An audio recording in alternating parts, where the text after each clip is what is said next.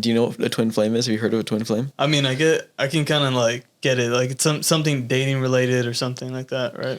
Yeah, it's like essentially it's like a soulmate. Yeah, basically, it's like your soulmate, but it doesn't have to be like romantic. It can be like a friend, like dude, we're kind of like twin flames. You know what I mean? Yo.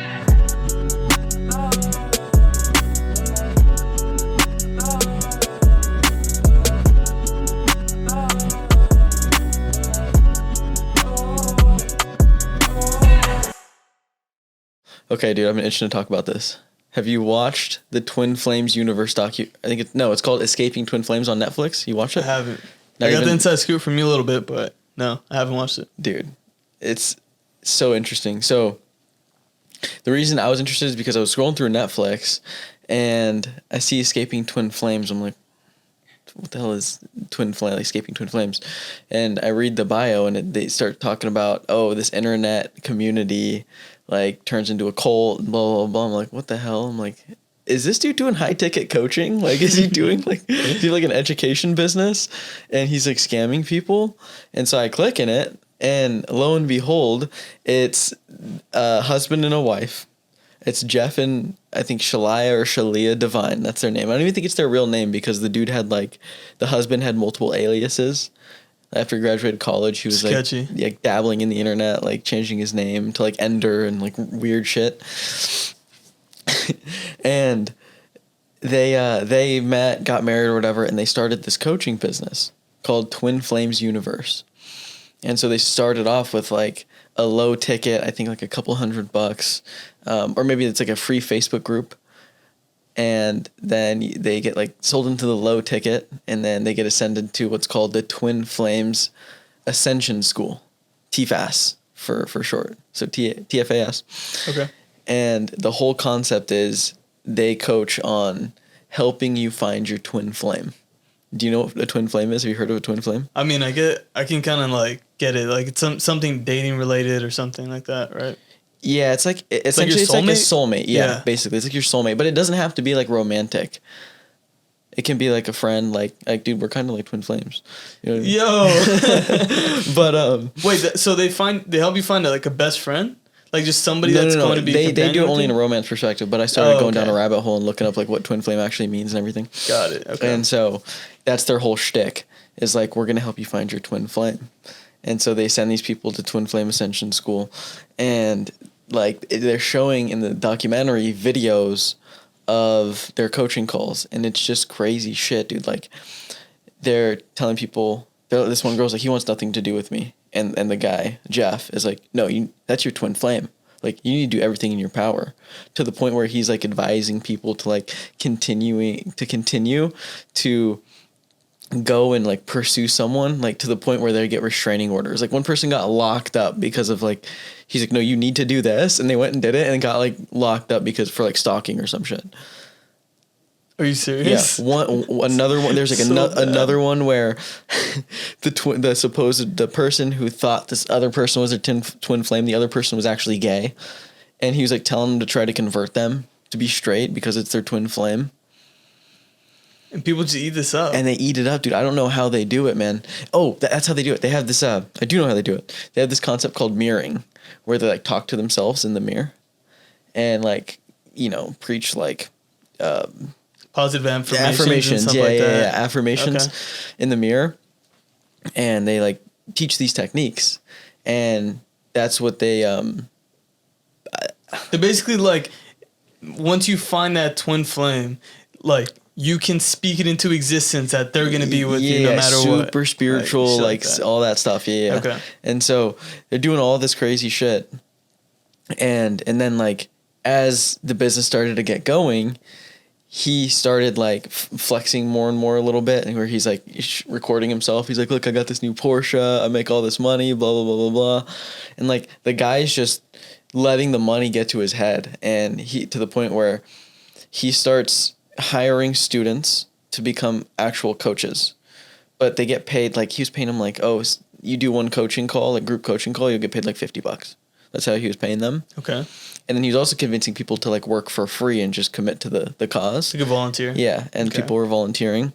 But then he started to pay people more, and then I guess he didn't like paying people, so he went as far as to promote one of the coaches to CEO. Like, they gave him the title CEO, but said, you're really an admin.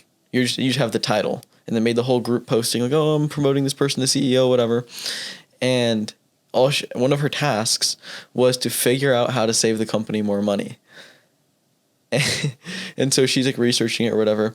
And then Jeff, the owner, comes up with the idea of, hey, we're gonna turn part of Twin Flames universe into a religion, so they can establish themselves as a nonprofit, and they can legally not pay people and have volunteers. They turned their coaching business into a religion. And they came out with a like Church of Twin Flames or something, and he would start giving like sermons and stuff, and going and preaching and having like Sunday Bible school to like have this religious tax exemption.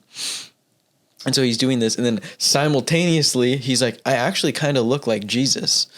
And then he starts posting pictures of himself like next to Jesus and like photoshopping himself as Jesus in the Last Supper. Oh my gosh. And people are like buying into it. And then he starts coming out with... I mean, dude, this guy must have a skill. Like, I feel like any cult leader is like usually really, really good at speaking. The thing is no, dude, he's atrocious at speaking. He's really? not charismatic at all. Like, so how's he doing it? I mean, there's definitely a demographic of people he's targeting, and it's like overweight older women. It's like people who are like, they tend to be a little more desperate. Let's be real. Yeah, especially they're in a more vulnerable space. Right? Later on like, in life, you're probably thinking like, oh shit, like, am I gonna find my person if you haven't found them yet? So, it would be easy to fall for something like this. I could imagine. You can't put a price tag on like finding your soulmate for the rest of your life. Yeah, you know how much it is.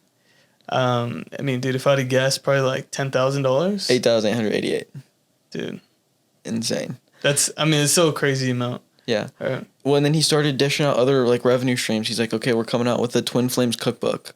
He started making a cooking course, and it was like a heavy carb based diet. And it was funny because you start to see as soon as he rolls out the cookbook, he starts eating his own recipes, and then you could see his wife Shalia just like every coaching call gain an extra couple pounds to the point where she's like fucking obese.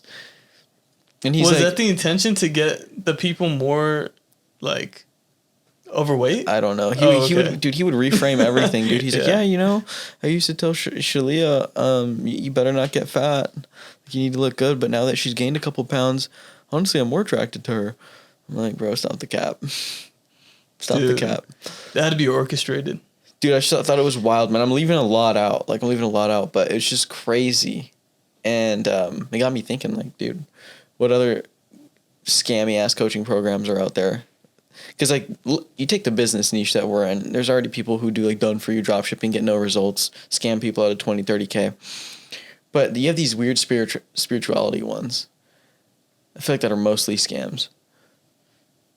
I mean, dude, it's hard to say because like, I mean, some people like go through that spirituality stuff. I mean, they'll do the minerals, the crystals, I don't even know. And it actually helps them. Like mentally, they feel like they're better. Whether that's placebo or, it does. So I think there's people out there with good intentions that do those kind of courses. But I think like the scammiest ones are when they have like a demographic they're trying to target and they know like these people have money, but they're probably not going to be successful. Like there was this one that I heard of, like a marketing agency, and they were teaching you how to basically be a marketing agency for like other companies, but they specifically targeted older veteran people, like people that weren't tech savvy at all, people that didn't have any like experience, but like apparently the product wasn't that great, but they knew they had money. And it's like stuff like that. Like it's pretty sad. Sad, man. No, I felt bad watching that. And then I also was thinking like, dude, this guy's running it up and this just straight scamming people. Like this dude could do it. Anyone could freaking do it, man. Legitimately, not ethically. You know what I mean? Yeah. But you should give it a watch, dude. It's interesting. I really want to watch it just because it's just like the crazy story. It's also different because we're in the space of education and coaching, and seeing it from my perspective, it's like, oh, I see how like their sales process works. I see how they're like doing this, but at the same time, they're just also shitty people. So like the documentary is called Escaping Twin Flames. Escaping Twin So Flames. who's trying to escape? Is it like the students? It's Is like it the people that work there? It's like the students, like they take like a certain amount of like the top coaches that like realize like, oh shit, this is a scam, this isn't serving me. Like, dude, they're convincing 19-year-olds to get married like with someone they just met like in 2 months because they were their twin flame. Do you like, meet your partner in the program? Or no? No. Okay, got it. No. You actively like date, and then when you find someone that you think, they'll like ask you like, oh, well, what about this? What about that? And they're like, yeah, that's your twin flame. Got it. So I don't know. Total fucking scam. I mean, but is he doing anything like illegal? Because you said he's still running the business, right? Yeah, I don't think it's necessarily illegal. I think it's just allegations. So I also wonder, like, dude, I wonder how this Netflix documentary impacted them. I wonder if it drove more sales. I mean, it definitely drove more attention. I'll bet you it drove more sales. I wouldn't be surprised. Mm-hmm. Just like the sheer amount of traffic going to like their website. They still have 67,000 people in their Facebook group. Who did the documentary? Like was the documentary portraying it as all bad? Yeah. Okay. Yeah. It's probably like a group of people that got scammed by them or just picked up the story. Dude, I want to get this dude on like a podcast. You want to get him? I want to get him on podcast. Ask him the real juicy questions. Yeah, dude, I want to get his perspective. I think that'd be dope. Yeah, that kind of reminds me of like the Fire Festival guy, because like everybody was saying he was a scam, right? And then you seen him do like the whole podcast run after he got out of prison like a year or two ago, and it's interesting hearing his perspective on things because like he does a pretty good job of like reframing like where he was at mentally and like how he had the best intentions. Like he just wanted to throw like the craziest festival and it just didn't work out. You know? Dude, from an entrepreneur's perspective, I mean, I kind of feel for him. I was actually looking him up last night. He's doing Fire Festival too. And I was looking at the prices last night. Funny you bring that up. Dude, he has a package on there that he's trying to pre-sell for $1.2 million. That's crazy. And I'm like, I don't know, man. But from my perspective, it's like, I forgot what actually happened, but I know he was like misleading investors. But at the same time, I think he was banking on it working.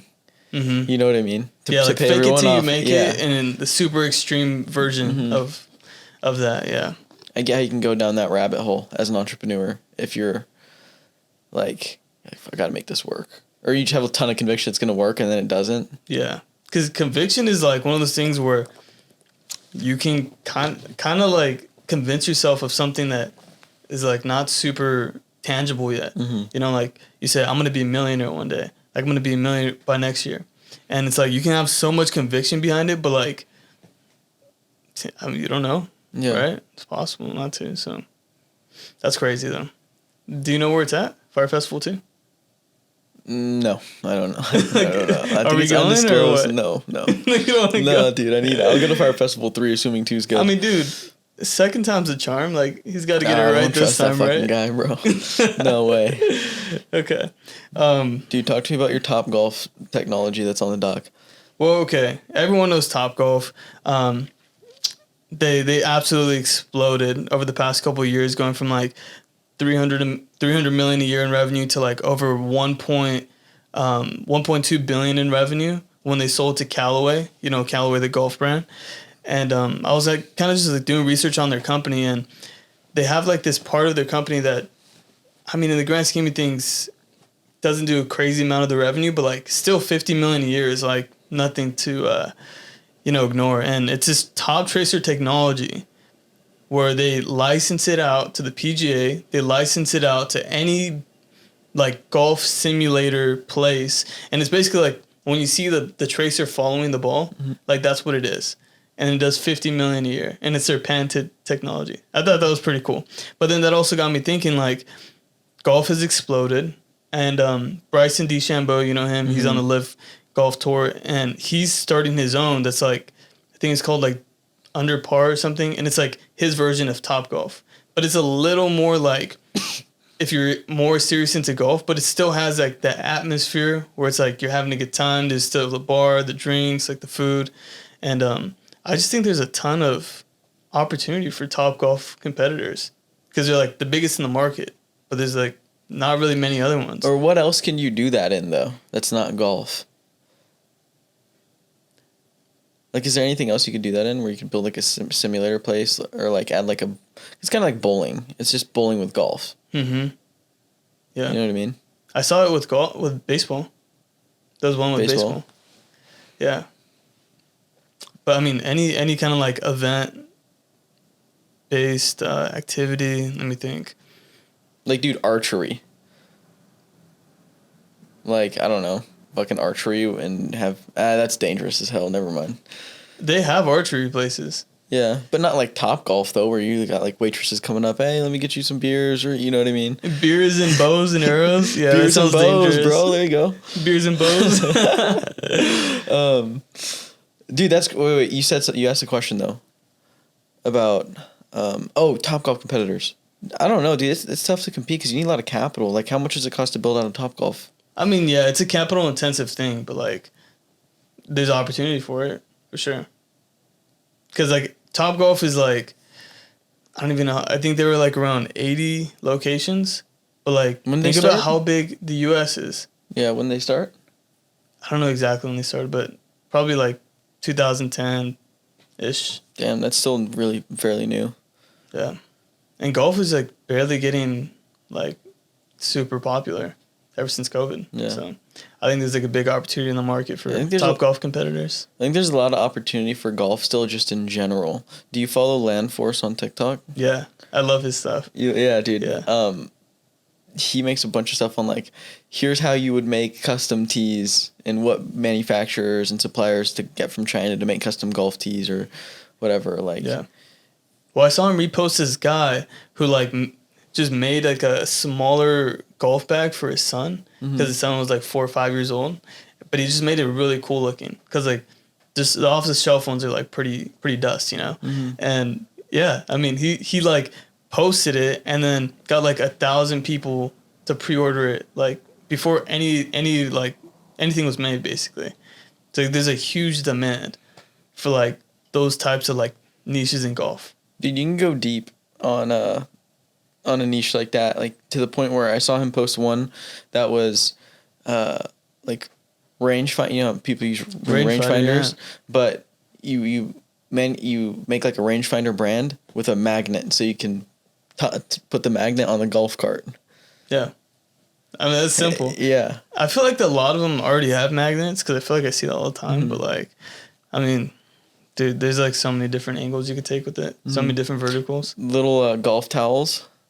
I see people. Dude, golf is so overpriced, man. Like they'll slap a logo on a towel and call it $12 when it's like a 30-cent towel, dude. It's crazy, man.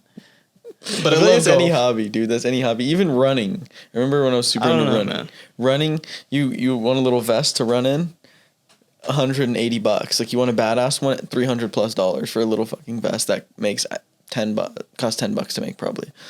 What is that hobby tax, bro? It's like anything, dude. I mean, even I guess supply and demand, because how many people are making running vests? That makes sense. Right? Yeah. So that's pretty crazy. Maybe get into a hobby business. Dude, that's a good idea. I mean, I feel like this is a simple business to get into because most people have hobbies. Just get into the hobby you're already like into, because you already know like what people want, right? Yeah. So you can put up like a Shopify store real quick. Dude, all those businesses can be huge though. What's his name built? He was researching trends, found out people were really into dachshunds. Okay, what problem are we solving for dachshunds? Yeah. Dachshund dog ramps, $17 million a year, sold it in like ran it up to $17 million in 18 months or 20 months a year. $18 million a year in 20 months. Dachshund dog ramps. That's insane. So they don't hurt their back. Yeah, and there's already competitors in the market like making the same thing. I love the dog industry. Dude, what happened to your dog collar business, dude? Would you still do that? What was your idea? Well, there was a point where I was like thinking about e-commerce because like just sounded like a good business to start. And I was like looking into industries, and you know I've had dogs my whole life, and people will spend a lot of money on their dogs. It's kind of like a hobby thing, right? Because they love their dogs. And I found this thing. It was like a leash that you attach to like your waist. Like it's like a waistband basically with a leash. It was like real simple. And I was like, dude, I could run it up on these. Cause like I found the supplier on Alibaba, and I was like, dude, I could sell these. That's what it was. But I mean, like, e-commerce is all about marketing. You just got to be the better marketer. Like, you could have similar products, better marketer, make millions. Mm-hmm. Yeah, That's facts. I mean, that idea wasn't that revolutionary though. Yeah, dude. I remember you called me. You were so hyped about this idea. You're like, dude, a dog leash that wraps around my waist. Dude, how many ideas have we had like that though? Dude, we had some good ideas that if we picked into the window cleaning business, I think we would have made a lot more money. Like the biodegradable phone case. That was like our first ever idea, business. Like we wanted to make a biodegradable phone case. We were straight up 18-year-olds calling manufacturers, not knowing what to say. And we're like, yeah, do you make biodegradable phone cases? and they would just be like, dude, like, what are you talking about? Yeah, they're like, no, we can't help you. Sorry. Yeah. Or they're like, we need minimum order quantity I think we called like 5 places and we were like, yeah, this business ain't going to work. Yeah. We would have made 5 calls. Like, yep, that's not it. That would have been a tough business to start though. And also we were rookies too, so we looked online and saw Pillowcase, which is huge now. Yeah. Pillowcase is huge. Like we found them before they took off. Yeah. And we were like, oh, they're already doing it, so whatever. Yeah, there's not enough room in the market. Yeah. There's already one person doing it. Yeah. Yeah. Dude, tell me about the person that's acquiring distressed businesses. No, so I saw a tweet from this guy. And he was referring to his friend. He wouldn't say who his friend was, but he's like, I got a buddy, built a company for 10 years. Like he started this company for 10 years. He stuck with it. He bootstrapped it all the way up until like year 7 or year 6 or something. And then he raised, I think, $25 million of venture capital money.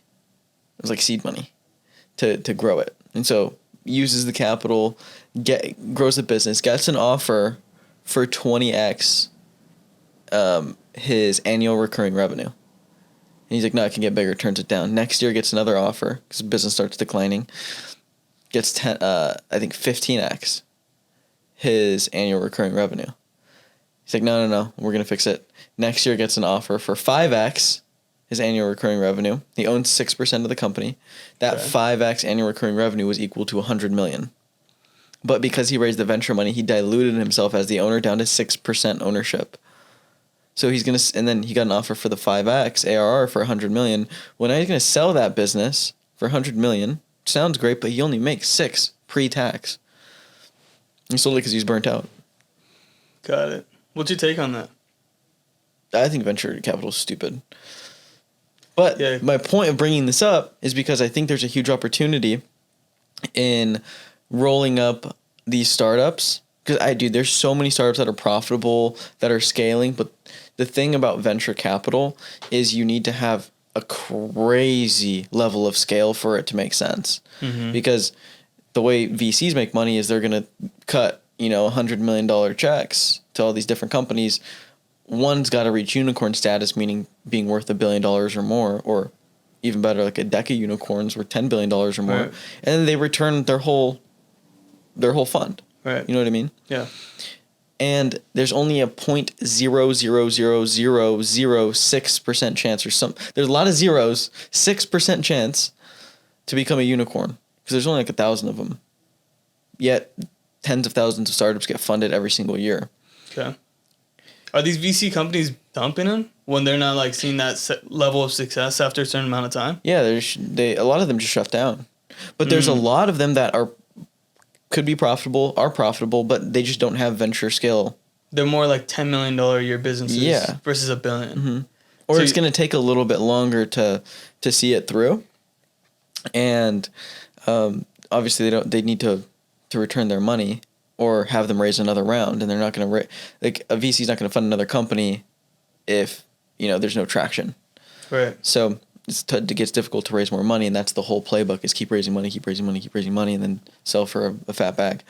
But I think there's a play where someone can come in and acquire all these companies because there's got to be a ton of them. Yeah, there's got to be a shitload. Yeah. And I know Enduring, I think Sieva runs this company on Twitter. I don't know how to say his last name. Yeah, Enduring Ventures. They acquired a company called, because he's the first person I heard talk about it. It was called like Up Counsel. It's like on demand lawyer services online. Upwork for for lawyers or something like that. It's like save you some costs on lawyers. And he bought that because that was a venture capital business, a VC backed business. I'm pretty sure it was this one. I listened to this a long time ago, and he went and bought it because they were just going to get rid of it. And he got it for like a fire sale, super cheap, and turned it around. And then I started reading about more and more companies doing this. And there's a small amount of like private equity firms that just buy distressed venture capital businesses. But I think there's a bigger opportunity there. I think it's something that, like, if you can get good at it and good at looking and seeing what's good, you make a lot of money turning these businesses around. So are you going to use like... And you save a lot of jobs. Are you going to use your own money, though, for something like this? Or do you go and raise money or get a loan for like a couple $1 million? I mean, what do you think that plays here? It just depends. I don't know. Yeah. It just... I like owning 100% of stuff, or me and my partners, whoever I'm partnered with, owning 100%. So probably not like get a loan. Well, I mean, if we're going to acquire the company, then yeah, it makes sense to take on some good debt. But I don't know. I just think it's a good opportunity. Yeah. No, 100%. I think any kind of asset that you can get that is lower value because of where it's at. I mean, dude, you could turn around and make millions like that. I think Alex Mosley said this one time. He's like, you want to make $1 million?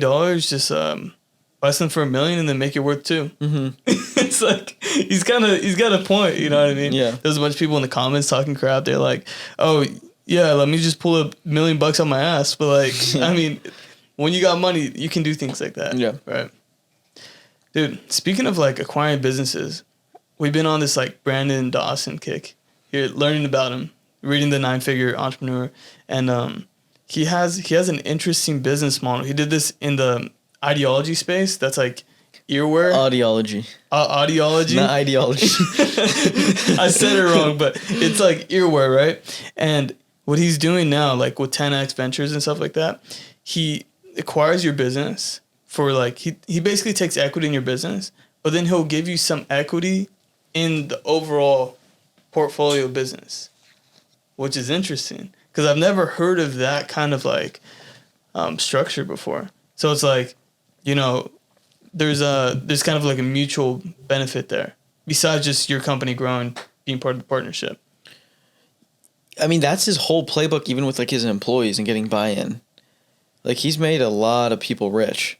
Yeah. And I don't know too much on the structure, so I can't really speak on it. Because I'm still reading the book. I'm barely like chapter 1 in. Every time I try to start reading it, some stuff happens. So, but I've really been wanting to get further in it. So we'll have to come back to we'll come talk back about it, because yeah. I can't really speak on how he structures it, but I just know he's really good at getting people bought in. He's really good at retaining employees, and I realize he's just really good at creating win-win like outcomes for people.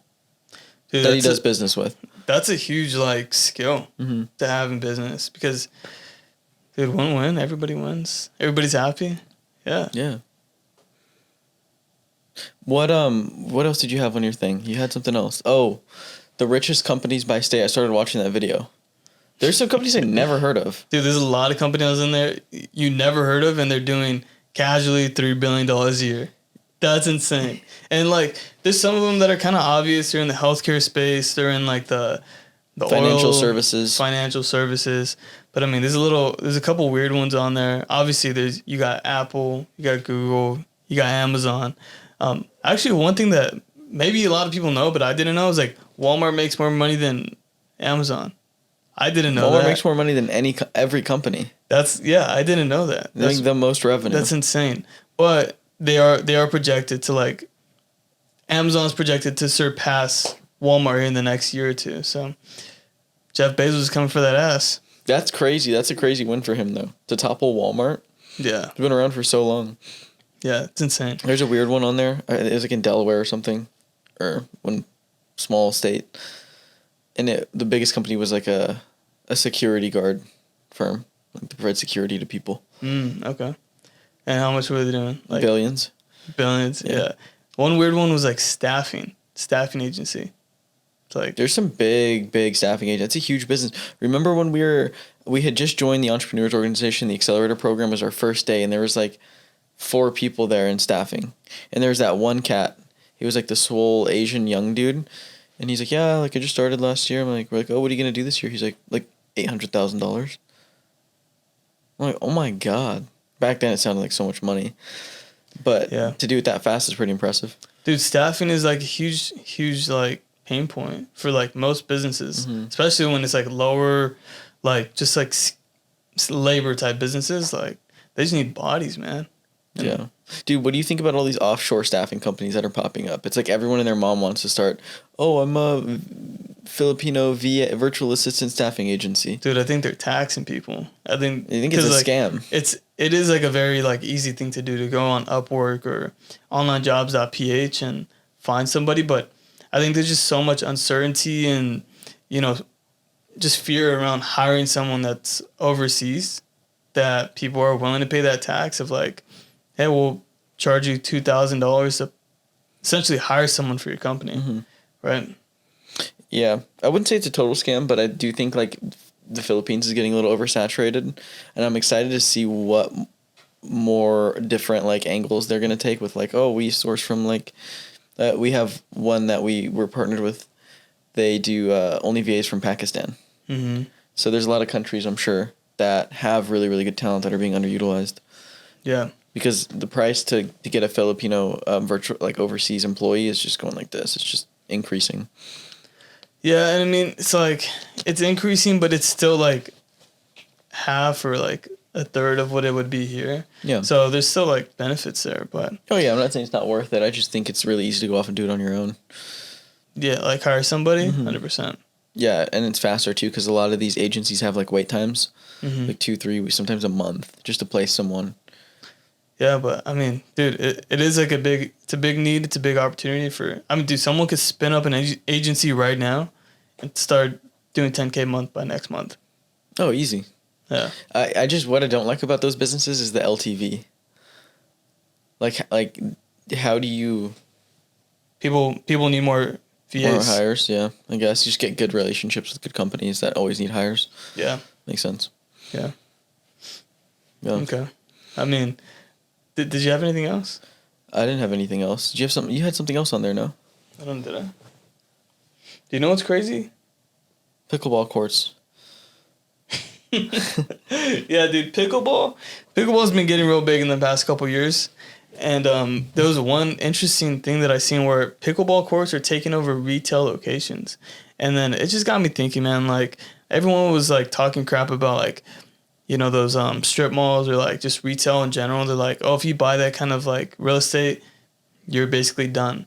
But just like everything else, it's going to adapt. And so now that kind of space is adapting to things like pickleball courts or like just other event activity type of stuff. Like, you know, like those, you see those pop-ups of like those illusion places where you can take pictures or Dave & Buster's. So, I mean, dude, I don't think you can really like die. Like your business can't die in an industry as long as you adapt, right? So that was kind of my biggest point, my biggest takeaway from seeing pickleball courts taking over retail locations. That's facts, bro. I mean, you just gotta get creative. Yeah. Yeah. It's like the dudes who kept buying up hotels. Or like I just saw a tweet, Carl Icahn bought some hotel in Vegas. It was a Fontainebleau. He bought it in Vegas like during COVID or something, and then like years later sold it off and made like $350 million profit because nobody wanted to touch hospitality during COVID. But going back to pickleball, I was listening to a podcast, a franchise podcast, that my buddy hosts, The Wolf of Franchises. You know him on Twitter? Yeah. And I still subscribe to his podcast, and he had the first pickleball franchise owner on his podcast. So he started a business. I forget what it's called. I think it's like Ace Pickleball or something. But he sells like a pickleball franchise where it's like a tournament, and you like buy the franchise and you do like a build out of like a location, and then you host like tournaments and people pay you.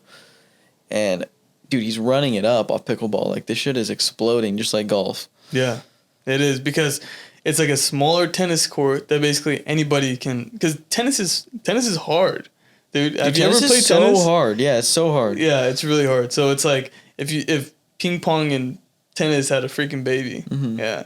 Have you played it? No, I've watched videos though. It's just like weird. I haven't played tennis. Like, It looks the same. pickleball. It looks the same, but I want to try it. I do want to play because everyone says it's really fun. Yeah, let's go next weekend. All right, let's do it. Or That's a maybe good- like in 2 weeks. Yeah. Oh wait. Yeah, that's Yeah, we got Thanksgiving. Yeah. Yeah. Okay. Well, I Well, think it's a good spot to that's a good to spot. end it. Yeah. All right. Thanks for watching. Peace.